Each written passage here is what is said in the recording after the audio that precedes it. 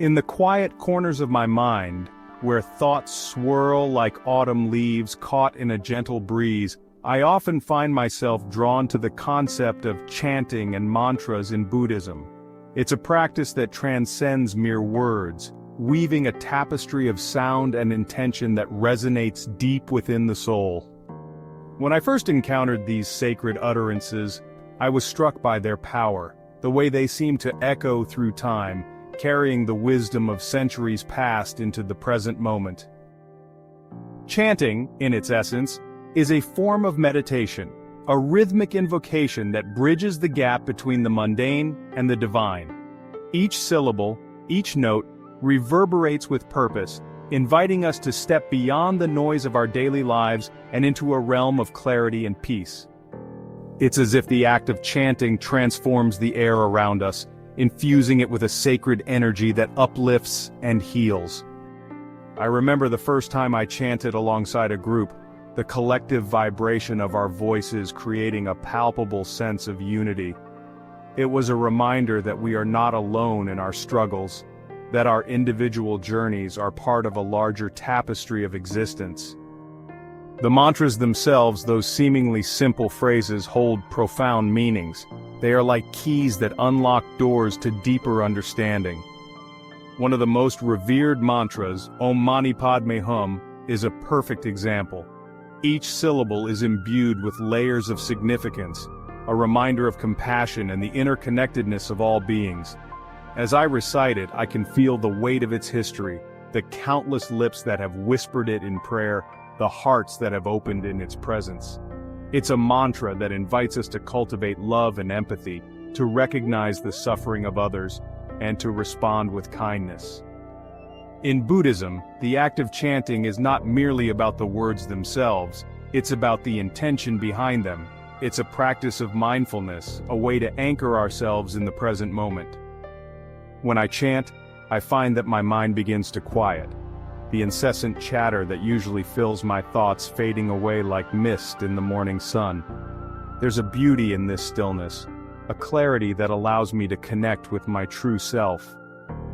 I often reflect on the nature of existence, the impermanence of all things, and how chanting serves as a reminder to embrace each moment fully. The repetition of mantras serves a dual purpose. It calms the mind and opens the heart.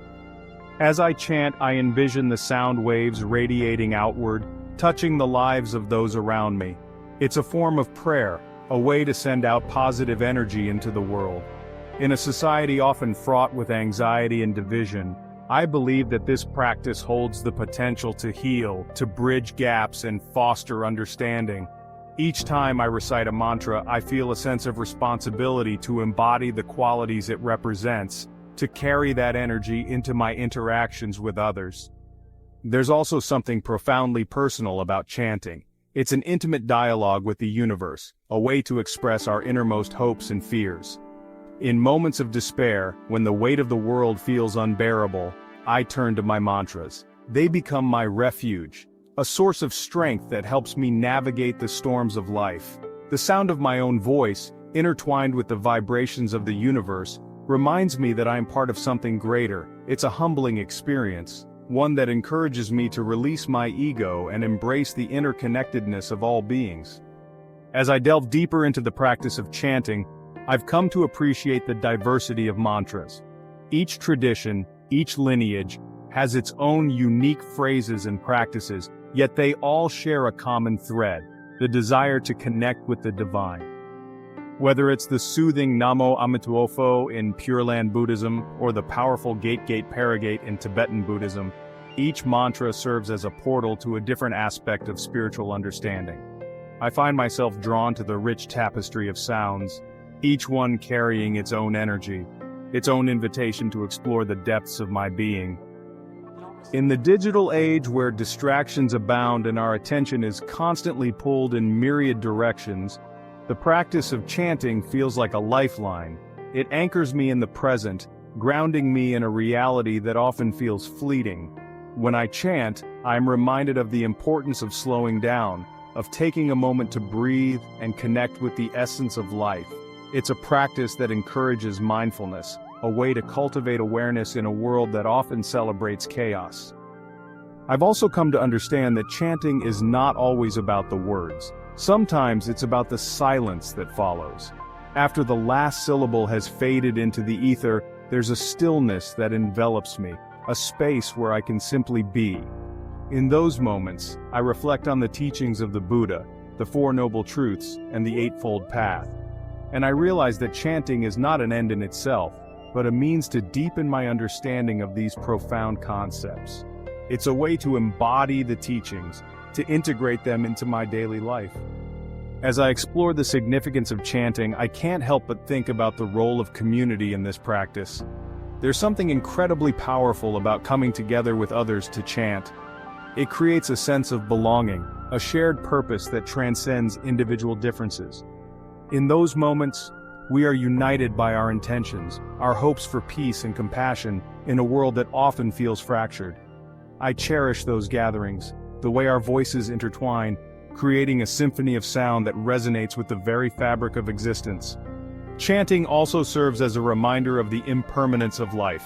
Each recitation is a fleeting moment, a reminder that nothing is permanent, that everything is in a constant state of flux. This understanding can be both liberating and daunting. It encourages me to embrace each moment fully, to savor the sweetness of life even amidst its challenges. In the face of uncertainty, chanting becomes a source of solace, a way to navigate the ebb and flow of existence with grace and resilience. In my journey with chanting, I've discovered that it's not just about the act itself, but the transformation it inspires. It's a catalyst for change, a way to align my thoughts and actions with the values I hold dear. Each mantra becomes a guiding light, illuminating the path toward compassion, wisdom, and understanding. I find myself more attuned to the needs of others, more willing to extend a helping hand, to listen with an open heart. As I reflect on the role of chanting in my life, I am filled with gratitude for the teachings that have illuminated my path. They remind me of the importance of compassion, of the interconnectedness of all beings, and of the power of intention. In a world that often feels chaotic, chanting serves as an anchor, a reminder of the beauty that can be found in stillness and presence.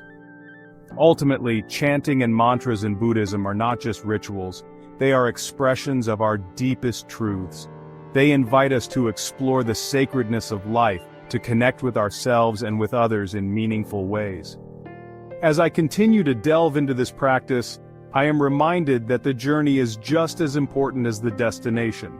Each chant, each moment of silence that follows, is a step toward greater understanding, a path that leads me ever closer to the essence of who I am and the world around me. In this exploration, I find not just solace, but a profound sense of belonging in the intricate web of existence, a reminder that we are all part of this beautiful, unfolding story. Thank you. See you in the next videos.